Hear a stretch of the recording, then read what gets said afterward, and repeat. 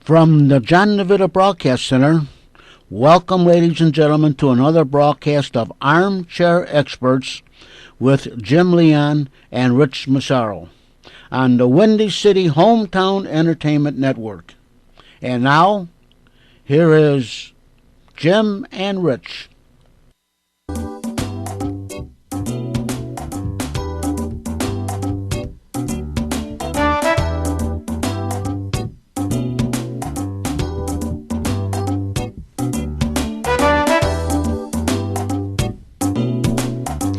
And off and running on another edition of the Armchair Experts, like it or not. Jim Leon, Rich Massaro, another hour of contemplations, cogitations, ruminations, intimations,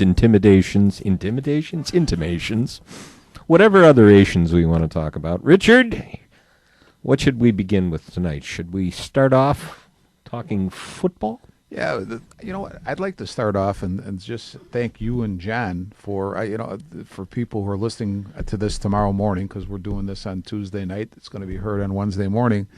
John and Jim were here at 9:30 ready to go, and I was at O'Hare Airport. Well, so yeah. It's about 10 hours later. Yeah. And these two really great gentlemen have, how would you say, accommodated to my schedule, and I just accommodated your schedule. Tell both of them that I appreciate it. Okay, well, just remember you will be reporting to detention tomorrow after class, after school, and we expect you to show up. I heard DeVita's in charge. It's going to be really rough. You're going to have a tough night of it. That's right.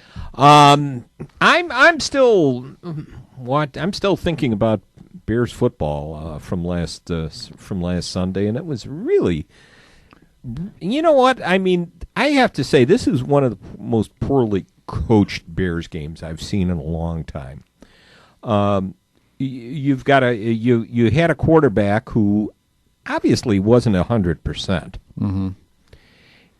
And the first half he wasn't bad, but the second half when he came out those first couple of series, you could see very clearly he had his mobility was limited, and yet Trestman just kept running him out there each time and refused to admit his mistake, other than saying, "Well, maybe instead of that last drive, I should have put him in prior to that." Yeah, that's the fact that a guy who the press has said since he's been the head coach is a stand-up guy, tells it pretty much, gives it to him straight. I think that's the most disappointing thing for me. As far as I thought you were going to say, Jim, a lot of people have questioned whether Cutler should have played at all. And I would not criticize the coach for making the decision to play him, because you're trying to, it's I don't care if it's your first year or your 10th year. You want to make the playoffs. If you figure that's the guy who's giving you the best shot to do it, you got to go with him. And I don't know if, according to him, Cutler, at least what you read in the papers last week, he felt he was 100%. They use that, I don't know what they call it, but that new machine. What is it, ARP? It's called an ARP machine. The ARP machine. You know what I was thinking, Jim, because when I heard that, I didn't see the game. When I heard that Cutler didn't make it all the way through the game, I'm thinking maybe that's something that works for you and I, who are just walking around Joe Civilian, and whatever ails me feels better now. Mm-hmm. But for a guy who's playing a game of professional football, where you're running around and there's a bunch of 300-pound guys who are salivating after you, it's maybe it doesn't work so well. No, maybe it doesn't, and maybe the simple fact that I don't know if I put it to you or somebody else during the course of the week. Cutler at 80%, McCown at 100%. Who do you want to start? I think I said I'd probably start Cutler, but I was assuming that he'd be able to make it through the game. Mm-hmm. In hindsight, obviously, I still think he started the right guy. It's just unfortunate that he was hurt again. He had, what, I'll tell you, and the one thing I agreed with Trestman and his other stuff, watching him, he had great velocity on his passes. Mm-hmm. The problem I just don't think he was moving well within the pocket. Well, you know what I would think, And they were hitting him a lot. just I would say a groin injury is probably one of the hardest to heal from, and unfortunately, it just takes some time to heal, and this recovery was a little bit too fast, and I think he had a lot of people talking that he was ready to come back, and he probably convinced himself he was ready to come back, and who knows how he actually felt. Yeah, and you know what? I mean, who's going to be calling the shots here? Is it going to be your head coach, or is it going to be your quarterback? Your starting quarterback. Most of the time, your starting quarterback is going to say, "I feel good, I can go." And your head coach is really just has got thumbs up or thumbs down. Well, that's as old as sports, though, Jim. It's just, I don't think there's anything new in this as far as a player wanting to play and maybe wanting to play a little bit before he is ready. I think that's been done a bunch of times. Look what happened last year with the Bulls. Derrick Rose decided that he was going to wait until he was absolutely ready, and he got criticized for that. And he was going to be sure. But there was such in that case there was such mixed signals coming out because I got to be able to drive off of this leg, and then I got to be able to dunk off my left leg, and doing this, and the only thing that was missing in his particular recovery was getting out there and playing. And getting the game conditions, which I think you're seeing the results of that this year with the rough start he's gotten off to. Well, don't forget, Jim, all the garbage that Cutler had to listen to when he didn't go back into the playoff game several years ago. Right. And everybody said, well, he's a weak willie and this and that. And now he went back in, got hurt again, and then the next day in the papers, one of the columnists or one of the writers had said, well, is he injury prone? Or he may not be injury prone, but he's prone to injury, whatever that actually means. But that's what he said. Okay. And I don't think the guy can really win in that area. No, put it that way. No, I don't think so either. Now the other issue you have to deal with, and it's kind of a shame when you think about this too. With the other injuries that Charles Tillman has done for the season, more than likely we've probably seen him for the last time in a Bear uniform. Oh, that's really unfortunate, and that's sad because Tillman has always been a good ball player and always been one of my favorites. I think we might have talked about this on the show before, and I don't want to get into a long discussion about it. But Charles Tillman is a guy who I think. You know how they'll say some people are actually present in their own lives. That person was very present in his own life. Mm-hmm.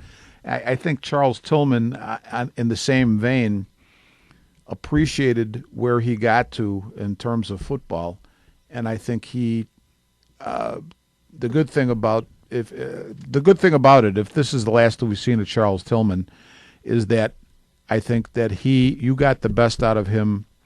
Regardless of whether it was talking to the press or on the field, Charles appreciated where he had gotten to in life, and he always showed it. So. Yeah, always out to the plus side for no matter what he did. I guess the other thing here too, one of the problems on Sunday was the running game was horrible on Sunday. The run blocking was terrible. I don't know. I was listening yesterday to the radio, and a lot of people were wondering, was there something wrong with Matt Forte? Because he seemed to be going down pretty easy.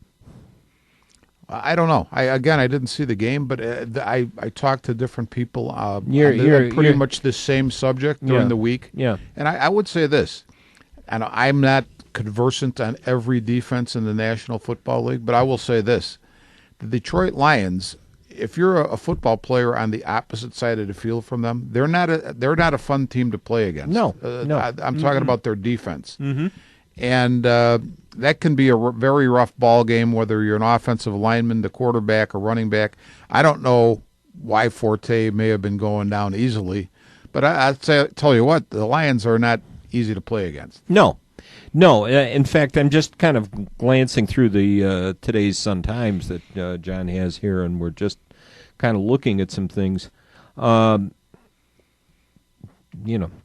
One day after the Bears' biggest players were bullied on offense and defense, Coach Mark Trestman admitted as much, though he described the event as rare this season. I don't think we won the line of scrimmage on either side of the ball for one of the first times in a while. It wasn't one way or the other where they dominated, but it certainly at best was a draw, and that really isn't the case, because if you looked at it, according to the numbers that were reported by Pro Football Focus, the Lions had 22 quarterback hurries and 12 quarterback hits. Yeah, I heard that he was getting hit quite a bit. What this is reminding me of a little bit is when the Bulls used to have such a hard time with the Pistons. Yeah. And then they grew up a little bit. They matured, and they were able to give they didn't do the same things the Pistons were doing to them, but they were able to overcome that. And that may happen with this Bears team as well. Yeah, it could. Just to finish that off, the Lions had the 22 quarterback hurries and 12 quarterback hits. The Bears had 5 and 2. 5 and 2. Okay, but actually we didn't let him run all over the field, though, did we? I mean, Calvin Johnson had a good day. Calvin Johnson had a good day, and I, you know what? I mean, if you look at it from a quality of play from both sides, both teams offensively, it was really kind of a lousy game. Well, let me ask you Stafford, I'm not. I wasn't impressed with Stafford, although Stafford's on the pace, I think, again, to throw over 5,000 yards this year. Well, Stafford, I became a Stafford fan last year. I was watching a game. It wasn't the Bears game, but they were playing. I don't know who they were playing. It might have been Dallas. Mm-hmm. And he threw a block on I think it was a reverse or a sweep or something, and, knocked this guy, tail over teacups. And I said, you know what? I'm a Stafford fan from now on. I like when the quarterback play. I mean, and you know what? I'm not one of the guys who says, put a skirt on the quarterback, because any guy, like you're saying, our quarterbacks got hit 12 times, and they're basically defenseless when they get hit. So those are not, they are tough guys. But when the quarterback gives you a little extra and throws that block, I like to see that. Now here's something I want to ask you, Jim. I like Trustman. Mm-hmm. I like the fact that our offense is improved, because it looks probably better than it has in a long time. But let me ask you this.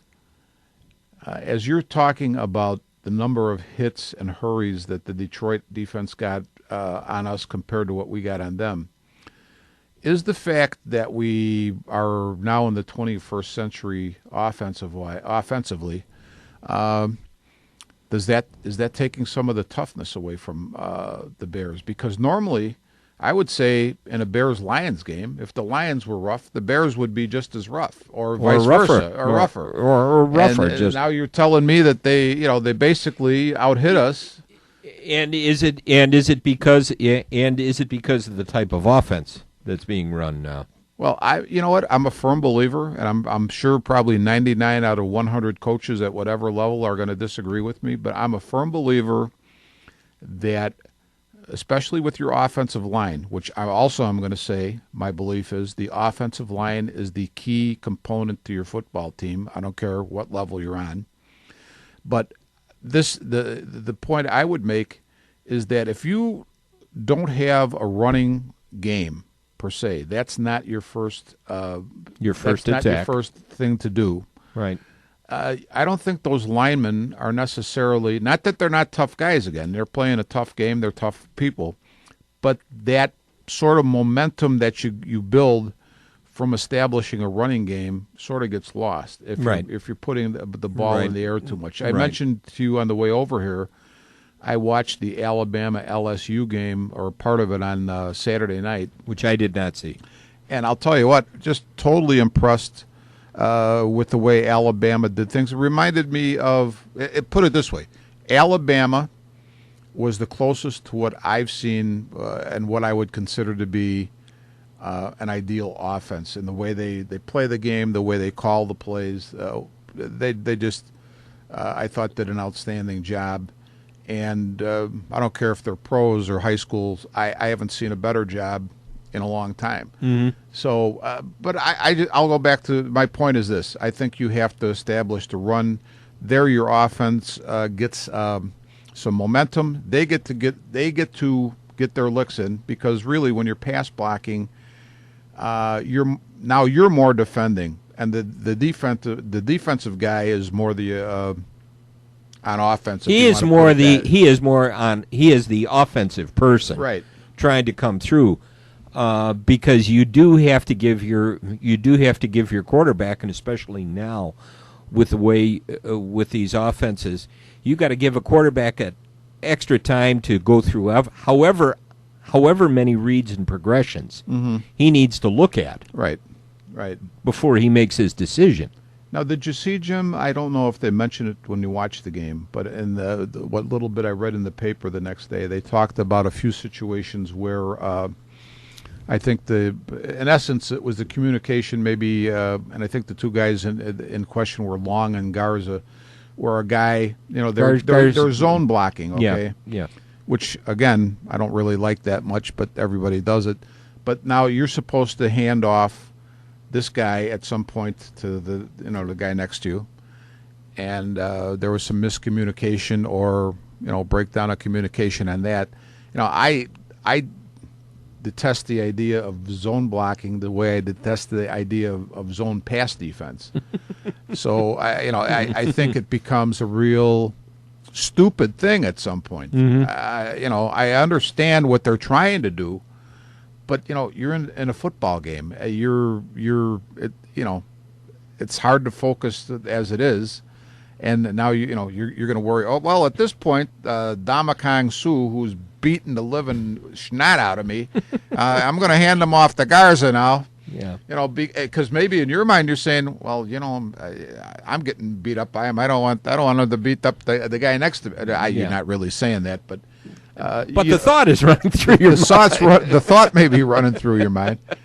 But no, I'm just saying. I think I don't like the whole concept, and but that's what's going on in football. That's what's going on in football, and I think there was a discussion. If there wasn't a discussion on Sunday during the game, and unfortunately, really the crew that covered the game Sunday, I just don't care to listen to, because you got Kenny Albert, Moose Johnson, and Tony Siragusa. Oh, okay. And Siragusa never brings anything to the table to me. Oh, I think he brings some beef sandwiches, he maybe might sausage or some something. Pasta or something. Yeah, he's got something down in the end zone and the sideline there. Yeah, but there was more of a discussion on that that I heard on Monday, and it was very similar about Garza didn't have a good game because they were doing the zone blocking, and then you got to hand off to this guy, and something else is going to happen along the way, and it just doesn't work right. It just doesn't work right, and I don't know, I don't know what you can say it's on the solution other than the old, "There's your guy, hit him." No, yeah. Although I do understand. You know what? Let's get off this subject. Let's go to something else. Forget about it. Forget about it. I had enough. Forget about it. I had enough of this. Well, all right. Well, let's just go ahead. They've got the Ravens this weekend. They got the Ravens. Now, here's the other thing I love. People are, the Ravens are 4-5, right? Right. The defending Super Bowl champions, and they got the Rams, I think, the week after that. Right. Those are going to be two tough games. I don't care what anybody's record is. Those two teams are tough. Are also tough teams to play against. They're going to be physical, and going to be a tough game. I mean, we may win, but it's Bears are a 3-point favorite right now against Baltimore. Baltimore. They're playing at home. So basically, it's an even team. Yeah, I think it's an even game because they always say home gets you 3 points. I think that's reasonable. And I think that's a reasonable game. If the Bears are better than the Ravens, they are not better than 3 points better. Yeah, yeah. So since the last time we got together for our little weekly or bi-weekly extravaganza of all whatever is on our minds, we've got a new manager in town. Oh, yeah, that's right. I haven't been this excited since Preston Gomez. Yeah, but Jim, I have to say, we've talked about this in the past. Mike McCarthy, the coach of the Packers, when he was with the 49ers, he was their offensive coordinator, and I want to say They finished in the bottom 5 in the league in offense. Yet he comes to Green Bay, and they do well. And I'll say this, obviously he's got Aaron Rodgers there and some other good players. But the point that I would make is Rich Renteria may be a very good manager, but your timing needs to be right, and you have to be in the right place at the right time in a lot of instances. I don't think somebody mentioned to me during the week that, and they used the number 2. They said a manager can maybe win you 2 games a year. They were talking about strategy, and I said, you know what? I might not go for 2. I might go for a little more than that. I would think a little bit more than that. But yeah. I think the point is well taken because you really need the horses. I think what can happen is if you have a bad manager and you have the horses, the bad manager can lose some games for you that you don't need to lose. But I'm not sure that a good manager with a bad team is going to do much for you. I would say Casey Stengel was a pretty outstanding manager when he was with the Yankees, but every other stop he made on the big league circuit, which I think were 3 other teams, I think he was with Boston and Brooklyn and then the Mets, didn't do so well. And I don't think he was probably any different manager. I don't think he managed any differently at any of those locations.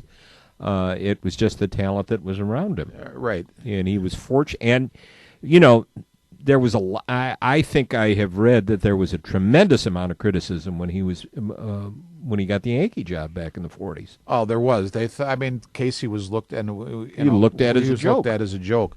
I have to say this. You had texted me several weeks back about the Chiefs, saying, what happened to the Chiefs, Kansas City Chiefs we're talking about. And I said, well, a different set of eyes looking at the situation.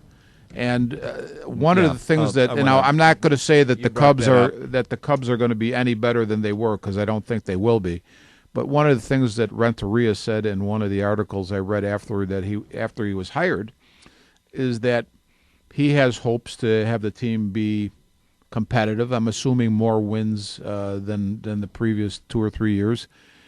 And I'm not going to totally buy into that because I don't think he has the talent. But if they give him his head, and they, maybe he will see things differently. Maybe things will work out a little bit better. I don't think they will work out a lot better, but I think maybe they could be better. I don't know what he's got in mind, but the thing I'm saying is he brings a good point. A different way of looking at things can bring different results. You brought that up, and it was interesting, and I wish I could remember who it was I saw this since the last time you and I got together to do this. Tumba Hall from the Chiefs? Yeah, he's with the Chiefs. He was on, I don't know if it was the NFL Network or no, it was the ESPN show with Stephen A. Smith and Skip Bayless. Normally I try to blow past that because I get annoyed just from the right. But I did stop for a moment. And Bayless asked him, your personnel really is not can't be that much different. Can't be that much different than last year. You were 2-14 last year. Mm-hmm. Why are you 9-0 this year? What difference has Andy Reid made? And he said he's made all the difference. Mm-hmm. There's we go back to, you can go back to Trestman's. There's systems of football in place. There's systems. We know what we're supposed to do. And apparently the communication from the prior regime just wasn't there. But they understand their roles, and he's bringing the best out of them. That's the key that any manager, any coach has to do, is get your players to buy into the system, and then bring the best out of them. Obviously, somewhere along the way, Dale Svein lost the ability to communicate, and maybe when you're 70 games under 5, or when you've lost 70 games under 500, maybe after a while you just kind of go, that's it. Oh, what are you going to communicate? Other than you guys stink. Okay. Well, Jim, I have to tell you a story.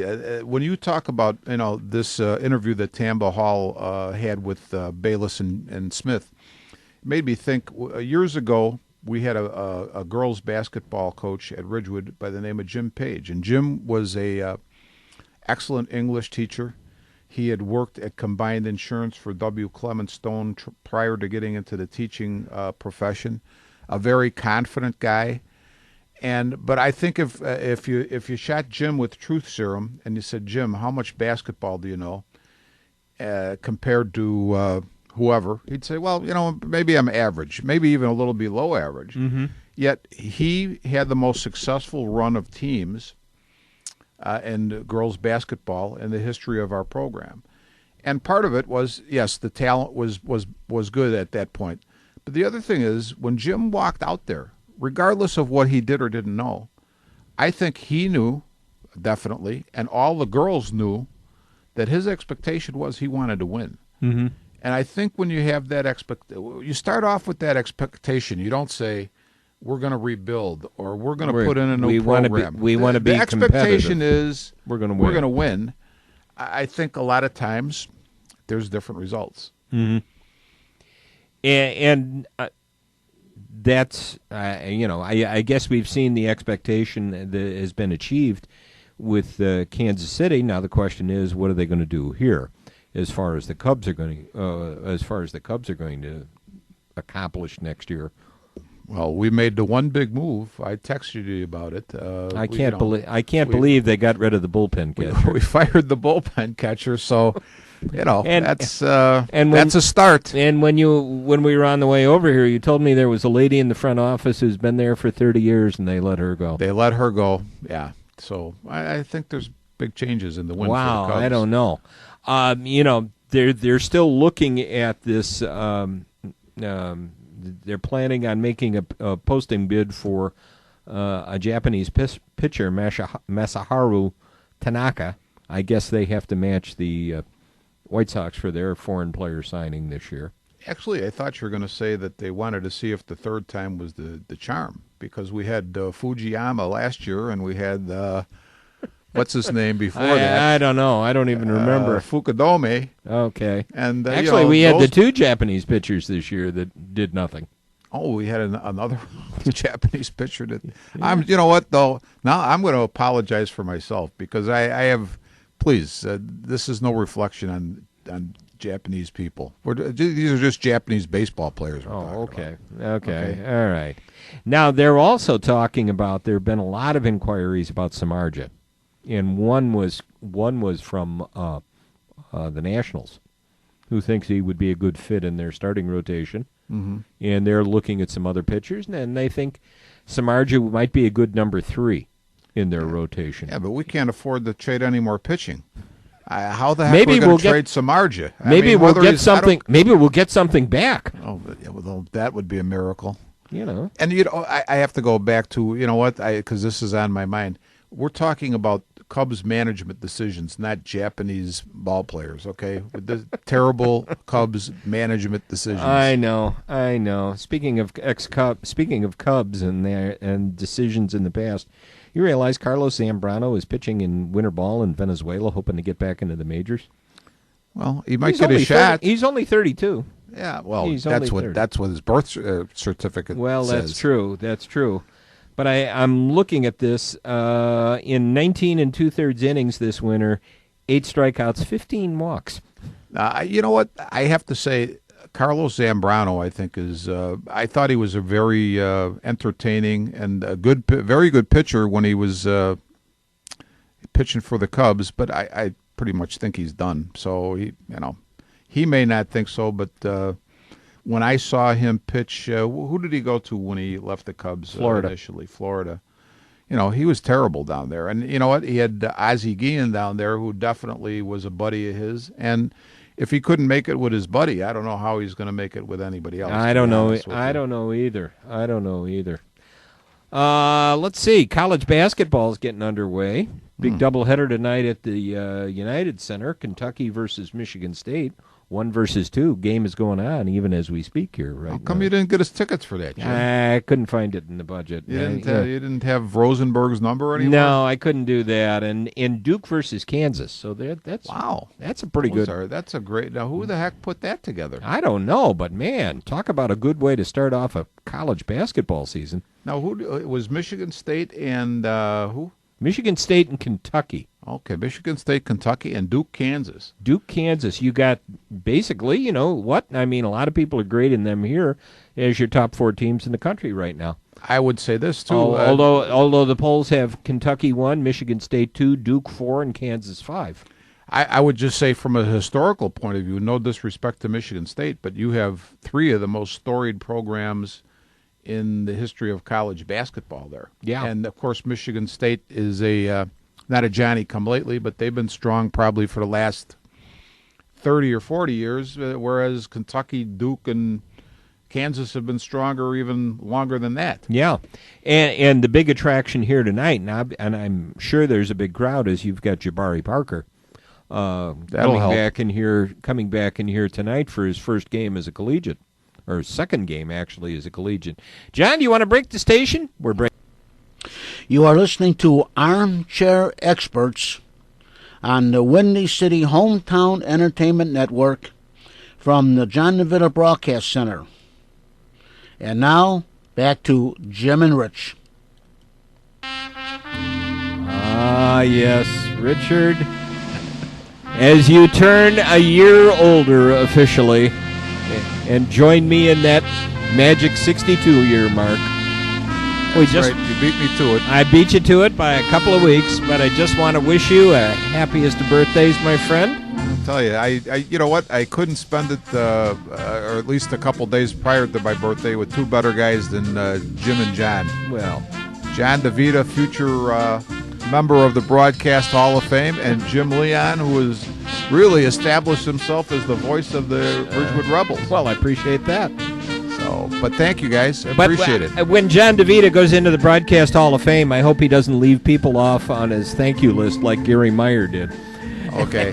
Yeah. Well, Rich, on behalf of the staff and management of the Windy City Hometown Entertainment Network, the John DeVita Broadcast Center, and the staff and management of AM, FM, and television WRHS, happy birthday, pal. Thank you, John. And good luck to you. Hey, I appreciate that, and thanks for everything that you do. Really appreciate that, too. All right.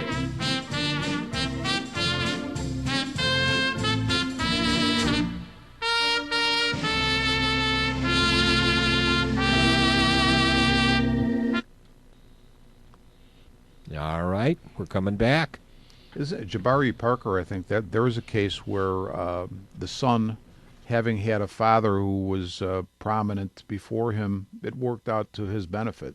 Mm-hmm. I think Sonny Parker really schooled Jabari on the ins and outs of the game, and I don't think he's a totally polished player, but he's pretty darn good going from high school to college at this point. 22 points in his first game as a collegiate. Yeah, I mean, definitely. it was against Davidson. I mean, not exactly talking huge opponent, but No, but it's a good start. That's a good start. It's college ball compared to high school. It's a big change. So that's Yeah. a nice start. yeah. One thing that's when we were just trying to get ready and figuring out what to talk about, because folks, we do a lot of planning Oh yeah, for this we this did about extra- 5 minutes today on on the car on the way over. Yeah, and actually, as we were getting ready, I kind of said, "Do you want to talk about this?" Well, I don't have much of an opinion, but we'll talk about it. Anyway. Yeah, let's go ahead and talk You about know. it. I know what you want to talk about. Yeah, now. let's since this story just doesn't seem to want to go away. The whole bullying, hazing, whatever you want to talk about it, whatever you want to call it, about with Jonathan Martin and Richie Incognito. Mm-hmm. And I guess I'm trying to bring this up simply because We're in a high school station. we're on a high school station. There's always talk about that, and you know, it's tough. It's tough when kids get started where they're dealing with hazing or bullying, and I was just kind of curious. I know you probably have read something about this, but your thoughts on this whole situation right now, especially now when we've got grown-ups. Yeah. Well, I you know, Allegedly.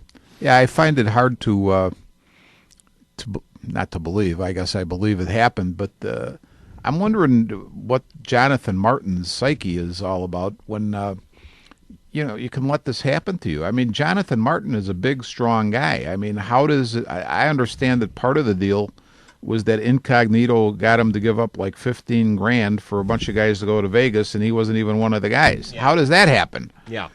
I don't understand it. The other thing, though, where I have to say, now, Incognito definitely, it looks like, is in the wrong.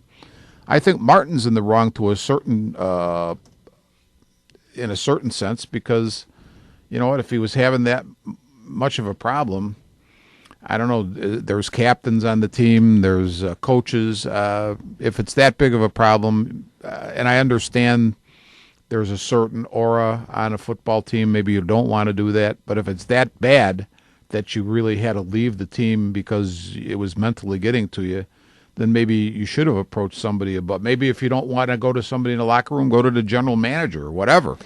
The other thing I was going to say is, if other players on the team were aware of this going on, then I think it was up to somebody on the team to step into this situation.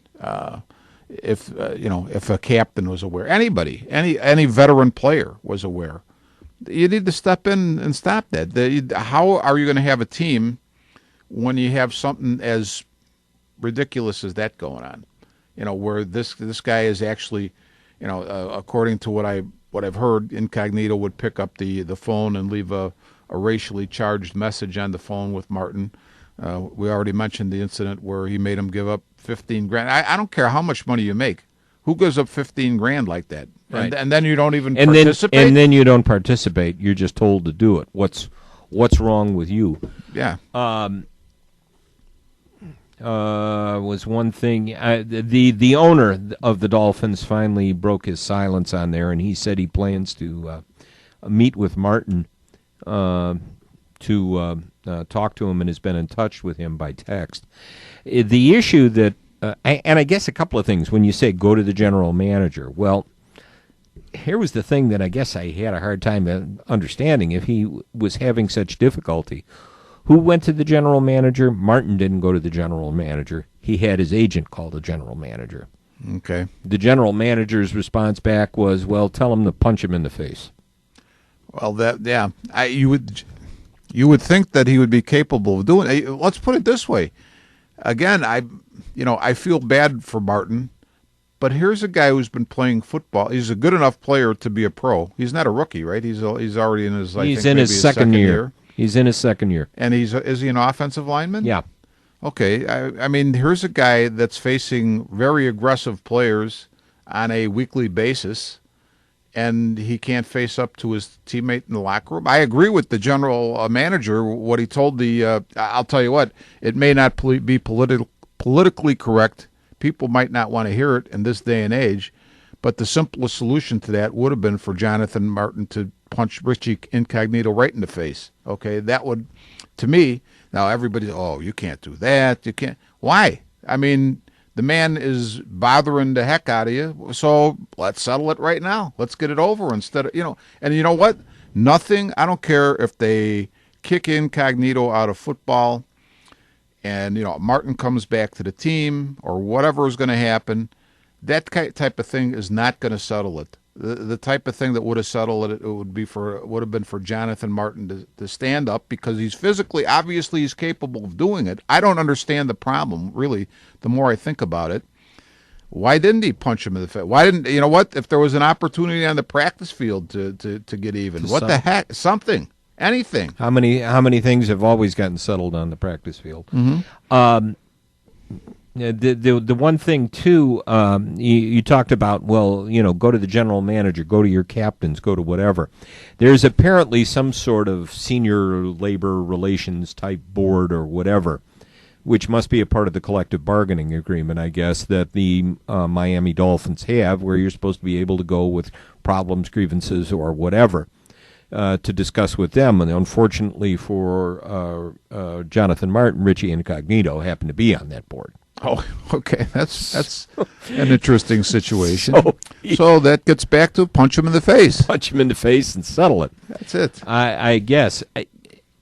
Now, since, as again I said, we were on a high school radio station, does Ridgewood have any, and you're a member of the board, a long-standing member of the school board, Does Ridgewood have any policies in place regarding this with their athletic teams or anything else? Yeah, I mean, we actually have had a few incidents that that have gone down over the years, and we have established guidelines for it. Which I got to be honest with you, the one incident that I can remember, and I won't go into detail about it, I actually called the AD and said, do you have any wiggle room on any of this? And he said, no, this is the policy, and this is what we had to do. We had some players who were suspended for a game, and I don't know if there was other punishments. I don't remember. It's 3 or 4 years ago now.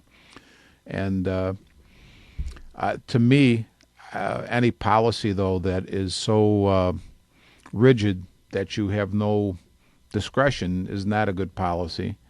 And I would say the best thing in something like this is they have a policy in place, but have some ability for the people who are going to make those decisions to have some leeway and do things on a case-by-case basis. Also, the thing I would say is the people who are the victims, I think, should have a little bit of a say on this thing too. So, but that's where I'm at with it. Okay. All right. What else should we talk about today, Mr. Massaro? I'm just kind of thinking and scratching my head going, well, what's interesting? Well, you know what? We were talking, we talked a little bit about the I know what I wanted to mention to you, Jim. This is in the nature of a something that's getting to be a pet peeve of mine. Besides the Cubs? Well, besides the Cubs, but this will do with the Cubs. Okay. Now Trustman came in and they started to call him the quarterback whisperer. Okay. Which, and you know what? I think it's a lousy term, but okay, that's what they want to use. That's fine. But now I saw when they hired Renteria, whoever wrote the article that I read referred to him as now the prospect whisperer. Yeah, is everybody who comes in that's got sort of a niche going to be a whisperer or something? I think it must be. Is there no room for yellers anymore in the game? Everybody's got a whisper now? Everybody has to be sensitive nowadays. Very sensitive. Everybody has to be sensitive. We can't really have anybody yell at somebody. No, that would be bad. How does Tom Thibodeau survive? I don't know. It kind of comes back to something that I don't know if we got into this at all, but I think we were going to talk about this when we talked about coaches and their communications abilities or how they handle their teams, and we related it back to Vince Lombardi, the coach of the Packers during their great runs in the late 50s and through about 1967. Lombardi was a screamer, a hollerer, but you can't discount the results that he had over the years. And I guess when we look at this and say, who's like that nowadays? Who's like that? His players, even though he would beat them up and scream at them and yell at them, did the best they could, and he brought their ability to the surface. Who's out there now as a coach in any professional sport that has that ability? Well, I said off the top of my head, I said Thibodeau. I'd throw Quenneville in there as well. The thing about what you said about Lombardi, I think is right on. But I think the difference is the players will know if Denny Rosen, who we both know, former coach at Ridgewood and teacher at Ridgewood, used to say, they won't care how much you know until they know how much you care. And I asked him one day, Denny, if you had advice to give anybody who was coaching, what kind of advice would you give them? I mean, and he said, that's it. That's what I would tell them. And I think when you talk about a guy like Lombardi, even though he's loud and he yelled, I think the players understood that he cared about them. He wanted to. I mean, there was two guys I could think of, actually three off the top of my head: Kramer, Horning, and Starr, who were floundering as professional football players till Lombardi got there. And yes, did he scream at him? Yes, he did. But he also propped him up. And, I guess maybe I could be wrong about this, but gave him back maybe some pride that they had lost in the jobs that they were doing. And that might not be universal. That might not have been every one of the three of those guys' cases. But I'll just say that in a general way. And I think I always like to think of there's two guys I think of, Tom Landry and Mike Ditka. I used to always talk about this. The players are going to see right through Mike Ditka if he tries to act like Tom Landry. And they're going to see through Landry if he tries to act like Ditka. You have to be who you are. And if who you are is volatile, as long as a couple things happen, you care about your players and they know it. And the other thing I would say is that you have to, what was the second thing is left my head here, Jim, but say something and it may bring the well, thought back. I mean, as I was sitting here thinking about this, the volatility of a coach, but to get across to the players that he cares and you get the results. I'm just thinking of current coaches, and I happened to glance down and look at the NFL standings, and looked at San Francisco, and realized how goofy I thought Jim Harbaugh was when he came in, with the way he acted. But there's a guy who's got some, and it's kind of interesting because any commercials and things he does, he really is making fun of himself. Sure, but he brings it out of his players that way. Yeah, and that comes from the life background he had, because his father was a football coach, his brother was a football coach. That's true. And there was a tremendous amount of competition going on. Right.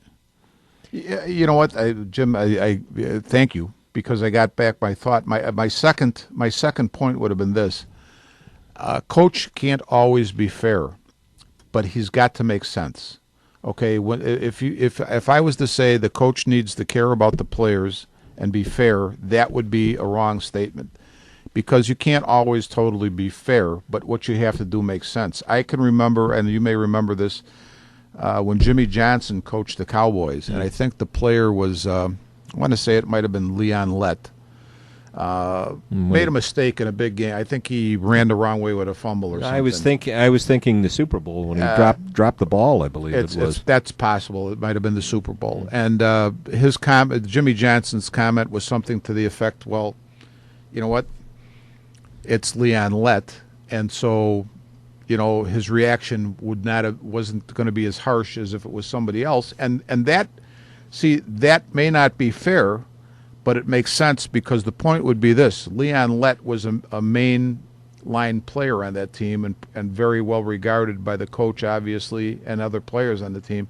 If it was somebody who was less well regarded, and let's put it this way.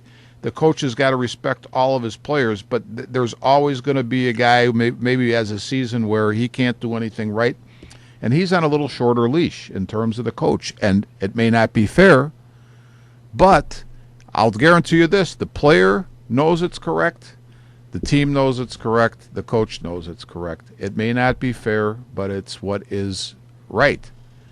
And so if you have a coach who is, cares about his players and does what is right, I think those are the two important things. Which goes back to what you said about Lombardi and the fact that the players that you mentioned there, who really were not doing well, Horning especially, he instilled a sense of pride in him, and that goes back to really the title of the book that was written about Lombardi a few years ago. Pride still mattered. When pride still mattered, right? And that's the important thing that any coach has to instill in his players, and maybe that was the issue that just, Rick Renteria is the prospect whisperer and Dale Svein was the prospect screamer. He was, that's right, and Epstein and Hoyer didn't want any prospect screamers. That's right. We can't have screaming. We have to have everybody gets a medal. And, there's good and bad. There's going to be people who respond to a screamer better than others. Did you ever read Bill Curry's book? I think it's called The 10 Men You Meet in the Huddle. I remember it. I don't remember if I read it. Yeah, I didn't read the whole thing, but Bill Curry was coached by Bobby Dodd at Georgia Tech. Georgia Tech, yeah. And then Vince Lombardi at Green Bay, and right. Don Shula at Baltimore. Right. And he had some problems with Lombardi right off the bat. But as happens with a lot of great coaches, and I think you would find players who universally would say this, I don't care if the coach was Paterno or Hayes, Lombardi, Knight, whoever you want to mention that you think is in among the greats. There are certain players who are not going to take to the way the coach acts towards them. And while they're playing, they're not always totally happy. But then somewhere down the line, maybe they're in a position in business, or maybe they're a coach themselves, or maybe they're just bringing up a family. They realize what the coach was trying to get through to them, and the wisdom of what the coach was trying to get through them, and then they have an epiphany, and you know what? They think about that person in a totally different way, and all of a sudden they revere that person. And that's what happened to Bill Curry. I mean, Bobby Dodd was a very, all of these coaches who do well are very disciplined with their teams, but he was a little bit more of a laid-back character. Lombardi and Curry didn't hit it off, but when Curry went to play with the Colts, he really liked the way Shula did things. But further down the line, when it came time and when Lombardi was dying, when he was with the Redskins, Curry and Lombardi buried the hatchet, and Curry told the coach that, he appreciated the things that he hadn't appreciated when he was playing for him, he appreciated now, because he had also taken his turn at coaching. Mm-hmm. So I think that, people, some people are going to react better to a laid-back coach. Some are going to react better to a screamer, believe it or not. But, I don't think these games are that much different than life. As you go along in life, you're going to have to deal with all kinds of different people, all kinds of different personalities, and you're going to have to find a way to get along and thrive despite those personality differences. So, that's what I would have to say about a guy like Lombardi or a Thibodeau or whoever we want to talk about. Yeah. I can't think of anybody, outside. You mentioned, and probably if we sat and looked at every team, we'd be able to identify people. Mm-hmm. Thibodeau was the first one that comes to mind. As I glanced down, obviously, I said that Jim Harbaugh, and probably his brother too, does instill that sense of pride mm-hmm. in their players. Now, the other thing is, Jim, if you're going to scream at your players, though, you also have to, that might be the public, that might be when the press visits practice, that's what they see. But the flip side of that is, I believe that coaches like, say, Vince Lombardi or a guy like Bobby Knight, who are screamers, and, Bobby Knight was a grabber, he grabbed. And by the jerseys. And he will say that as he was coming up, he had coaches that grabbed him in football, and was one of the ones, I think it was his high school football coach, that's where he first was grabbed, and mm-hmm. that was pretty common back in his time and in our time. Certainly in our time, too. But I would say this, the big thing is, if all you're going to do is scream, and you don't have any personal relationship with your players, and you don't let them know that you care about them as people and you want to see them do well as players, then forget about it. Then then if you're just a screamer and you're nothing else, then you're useless. Yeah. I was thinking of that, especially when you get into the collegiate level, where you have to have that opportunity for those teaching moments. Mm-hmm.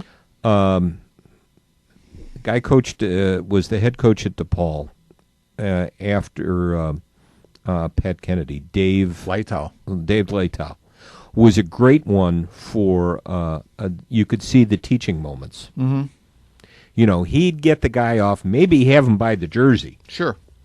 And lay it out there for a second, and then point and go say, sit down, and then a couple of minutes later, it was, all right, come on. Remember what I said, go back in. Sure. And you could see how, and obviously the kids responded well, because he had a couple of good years here before he went to Virginia. He did. And it was a complete opposite from the way Pat Kennedy ran that team. Oh, yeah. Well, I don't want to get into talking about DePaul basketball, but I think Pat Kennedy was more of a song and a dance man and less of a coach. Absolutely. And Leitao was more of a coach. He was a coach. He was a coach and a teacher, and you could see that. And I think Oliver Purnell is the same way. He's a coach and a teacher. He just hasn't been able to get it all together with these kids. Well, I think the other thing is, Since we were talking all of a about- sudden we're on the Paul basketball. Since we were talking But that's college okay. basketball Well, tonight. that's okay. That's you know. I have no problem with that because I like Oliver Purnell. I think the big mistake that DePaul made is getting their conference affiliation was terrible for these last 3 or 4 years. They More should than have that. never gotten. Have they been in the Big East for that more than that? Oh, sheesh. I didn't know that. I mean, I'm thinking, but I guess maybe they have. So Yeah, it's been a while since Okay. that they've been in the Big East, and they could finish 17th in a 16-team league. Yeah, they could. And the reason from the beginning, with that situation, DePaul has got a certain way they play basketball over the years. They get you've seen more Greyhounds than bangers. Let's put it that way. That's true. And the That's Big true. East is a banger league. I mean, Yeah. you better be ready to pound some people in that league. Otherwise, you're not going to do well. And that's, I think, what happened to DePaul, to make a long story short. It really is, but I think what I was trying to get at is the teaching ability. Sure. Because we've been talking about that on how you need to instill the pride Yes. in them before and to get the response back. Mm-hmm. All right, we got about 6 minutes left. What else should we rattle above? Well, I had mentioned that we had a co-curricular meeting this week, and we talked a little bit about the proposed changes in the state football playoffs. Yes. And I know that our AD and our coaching staff, our football coaching staff, are all for making some changes to make it easier to get into the state playoffs, which I am against. I'd like to see it remain the same. I mean, I suppose you could expand it a little bit, but the problem that I see is you really take away from conference championships and whatnot. They really become meaningless then. They do. And, basketball has been doing everybody in basketball, volleyball, soccer, baseball, and wrestling, I guess, and other sports that aren't coming to mind right now, have all been having everybody in for years. So that's nothing new. But I think maybe just the fact that football is different and we're used to it being that way is what maybe I'm just stuck in the mud. But there's something about letting every football, it's a little bit different putting a 2-21 basketball team against a 25-0 basketball team, because you may get beat and you might get humiliated, but you probably can come out of that physically intact. I think maybe one of the things that's in the back of my mind is now I don't know how they would seed this, but I'm assuming an 0-9 team is going to have to face a team that's 9-0. I mean, I don't know what else would be fair. Otherwise, and not only you're going to get humiliated in some cases, you're going to get physically beat up. Yeah. So I don't understand. Football is a whole different animal. I mean, soccer I understand is a physical sport to a certain extent. So is basketball. Baseball, you need arms for pitching. But the point is, you can play 2, maybe 3 of those games of those sports in a week, and will you be more tired? Yeah. Will it have some effect on you? Probably. But you can't play 2 or 3 football games in a week, and I know they're not proposing that, but I guess the point, that's where I see the difference in the sports. Football is too physical I think to let everybody in, and basketball, soccer, and baseball may have that dimension to a certain extent, but they don't have it to the same extent as football, the physical part of it. Okay. So, but that's where I would be coming from on that. And I know I've heard there was I think the number I heard was we had about 500, it might have been 558 football playing schools in the state. In the state over all the classes. And one of the proposals would have brought over 500 teams in So now you're only leaving 50. Yeah, I did see that. It Right. was something like 45 or 50 teams would have been Wouldn't have made eliminated, which really, to me, then Now that becomes stupid. that becomes stupid because then, just like you said, your conferences are meaningless. Right. Right. Your conference is just that serves no purpose. Then I think the other one I saw was a 400 and some, because we have 264 teams, I want to say, that Something are in like now. The other proposal would have brought 400 and I think 40 some teams in. And again, now you're only eliminating 100 and some teams, which so you're letting in essence you're probably bringing 2 and 7 and 3 and or maybe 3 and 6 and 4 and 5 teams in. I don't know. In fact, I think one of them was talking about that under one of the proposals, and he really wasn't happy with one of the proposals, even though I think he would have gotten in with the 3 and 16. That was Todd Kuska. Kuska. Yeah, because not this year, but the previous Right. year he was 4 and 5 with St. Rita. So, but I just don't care for the proposals. But it looks like at least our AD and our football people are leaning that way, and I don't have a vote in that. And we'll see how it all comes out. Okay. We'll see what happens next year as we sit there and we get ready for another football season. And I hear music I coming. hear music. John's getting. John, yeah, look at that. John's playing music. He has to remind us. By the way, we got a birthday coming up. Happy birthday to you in a couple of days here. Oh, thank you. Thank you. Appreciate that. John, you forgot. I know. We were going to have the dancing girls, but we can't do it today. So. Darn, I'm really mad. All right, that's going to wrap it up for another edition of the Armchair Experts. Thanks for listening, and we will catch you again next time. Bye, everybody.